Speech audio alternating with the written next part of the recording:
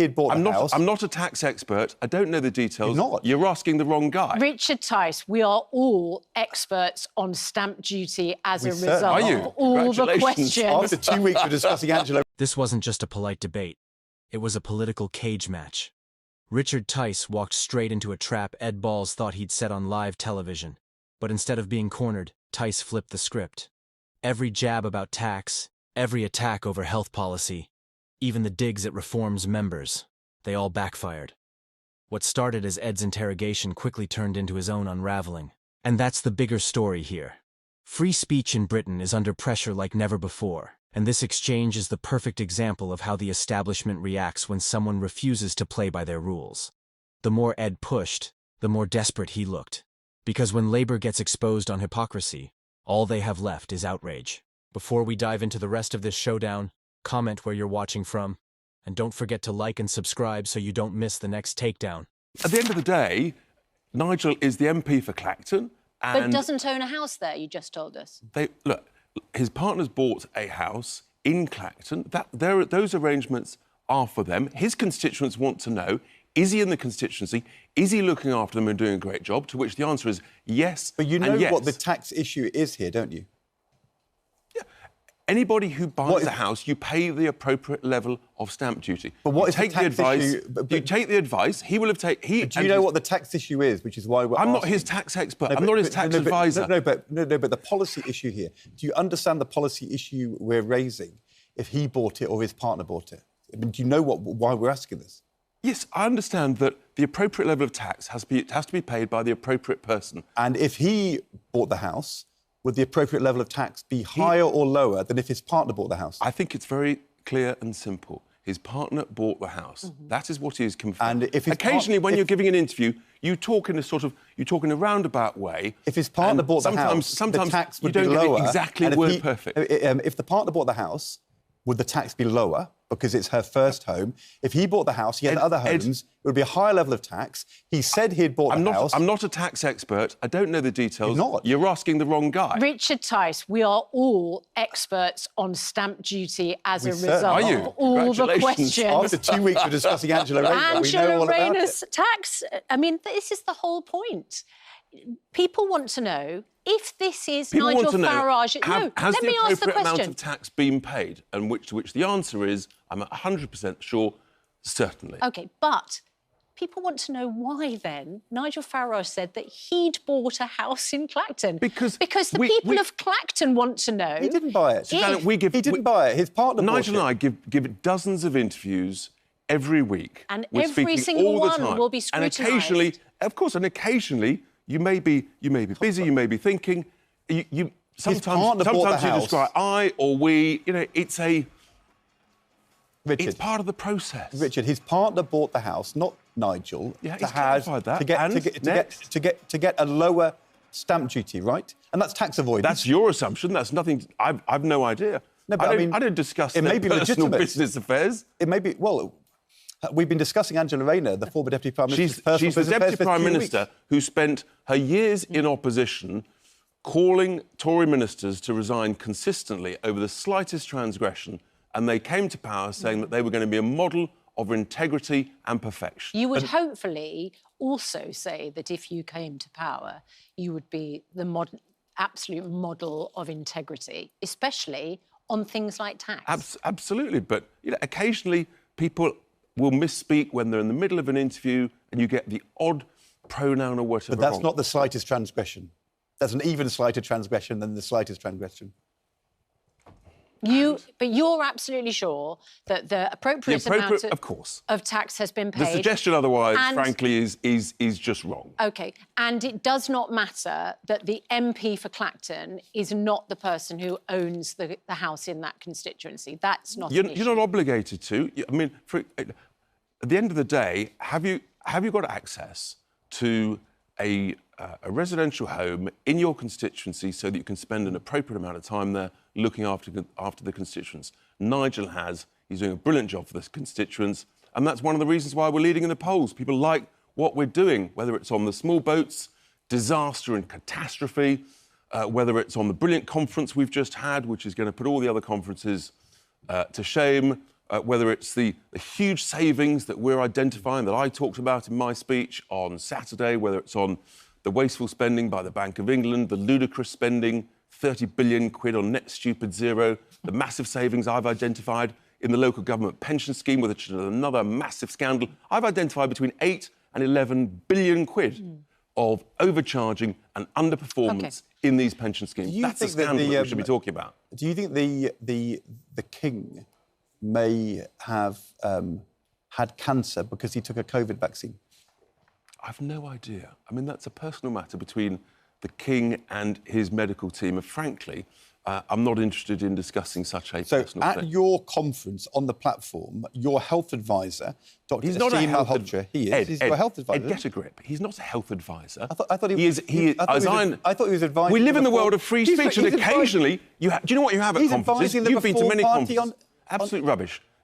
If you're so he's not advising the Reform Party on health policy. And we never said he was. But you had him on the platform. Have you lost it? I mean, I believe he might help the American government. The joy of free speech is you can have fringe events and people speaking at conferences, talking about stuff, and you might disagree with lots of it. But that is literally the whole purpose of free speech, which is why Nigel was at Congress last week giving testimony about the power of free speech. We don't want comedians arrested by 5 armed officers because, frankly, we live in an authoritarian state where Keir Starmer decides what is acceptable or not acceptable. The thing is, Richard Tice, you see, I have been listening very carefully to the interviews you've given over the last couple of years.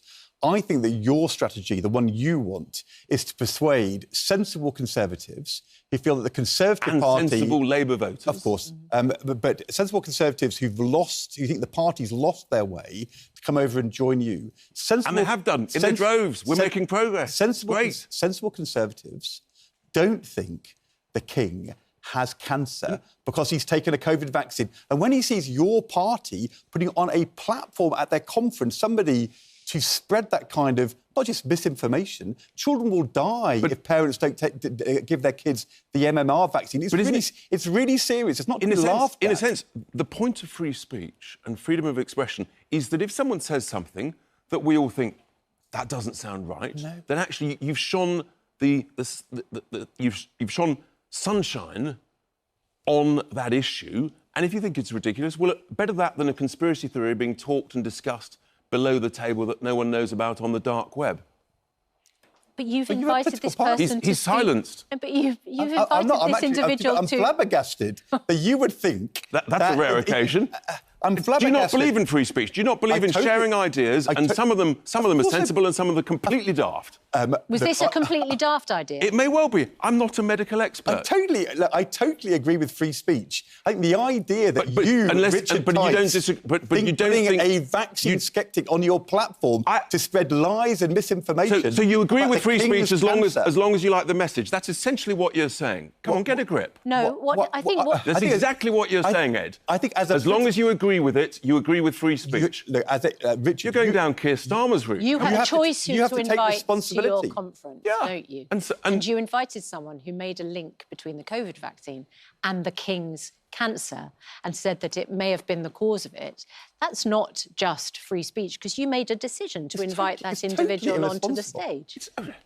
Do you know what's irresponsible? What is irresponsible is to prevent freedom of expression, to prevent the debate of ideas. And if you smear and label people, then bad stuff gets discussed in conspiracy theory ways under the table. I think actually one of the reasons we're leading in the national polls is because people that's free speech. They like a completely shocking thing to say. They like the message that we give about free speech, freedom of expression, not being arrested for being a comedian, putting out an offensive tweet. Say what you like on a Reform platform, that's free speech, even if it is not only misinformation, but deeply irresponsible and would cause people to lose their lives. And it may well be completely daft and irresponsible. But that's OK. Hey, We let people say the daft, irresponsible things because we're the You reform say daft, party. irresponsible things sometimes on this show, Ed. Not on a reform platform, I don't. You've said that to me. Not on a reform platform. You've got a bigger platform here on this show than I've got on a reform platform. And lots of people disagree with what you say and think it's completely bonkers. But if we said something about the king's cancer,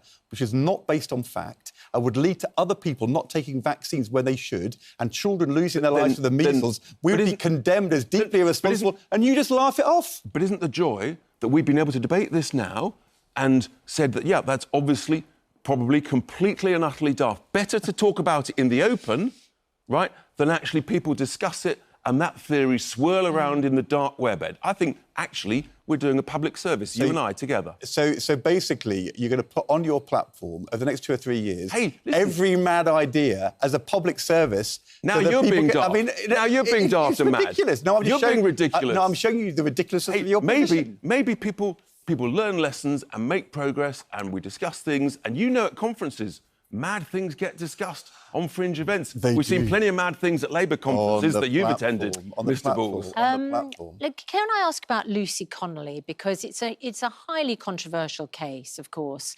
Lucy Connolly, you described, or the Reform Party described, as Britain's favourite political prisoner. She is, of course, somebody who pled guilty to a charge Due to bad advice that she received of from the legal system. racial She hatred. should never have pled guilty. Racial hatred against asylum seekers, and served time in prison as a result.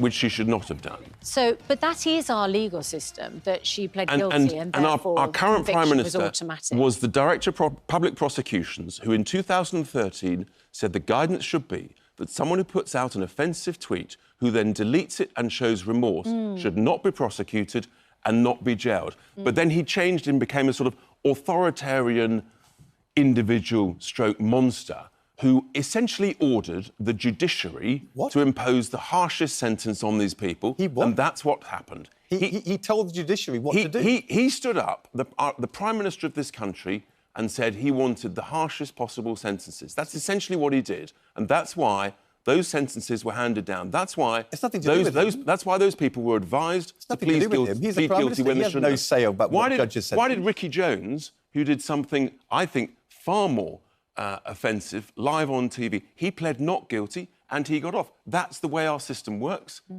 That is it. But I think Lucy and others, they were wrongly advised on cases, their cases at the time. Lucy should have pled not guilty. She didn't. She pled guilty. Correct. And do you know what? She served And time do you know, as a we're result. not all perfect. We all make mistakes. Yeah. That's the nature of life. And actually, I think we should accept that, and you learn from it. I saw Lucy in prison. Is she going to work with reform? Is you going to I think employ her in some I spoke capacity? to her husband and Lucy yesterday. They're obviously enjoying freedom now, and they'll work all that out. But I think that in terms of lessons learned and the ability to apply that about the importance of freedom of expression, freedom of speech, if she wants to, she's got potentially a very good role to play. Even if it's racist. We all make mistakes, Ed, OK? Her tweet said... So, are you so essentially saying that if you make a mistake, you can never have any contribution to society ever again? You've made mistakes. You've said daft things. You're still making a contribution to society. I do. OK. I do. Richard Tice, thank you very much indeed for joining us this morning. Good to see you. Free speech isn't just a headline. It's the front line of every political battle we're watching unfold in Britain right now. And this clash proved exactly how fragile it's become when establishment voices would rather silence than debate. So here's my question for you. Was Richard Tice exposing Labour's hypocrisy? Or did Ed Balls have a point buried in all that outrage? Drop your take in the comments. I'll be reading them. Stay sharp, stay informed, and as always, thanks for tuning in.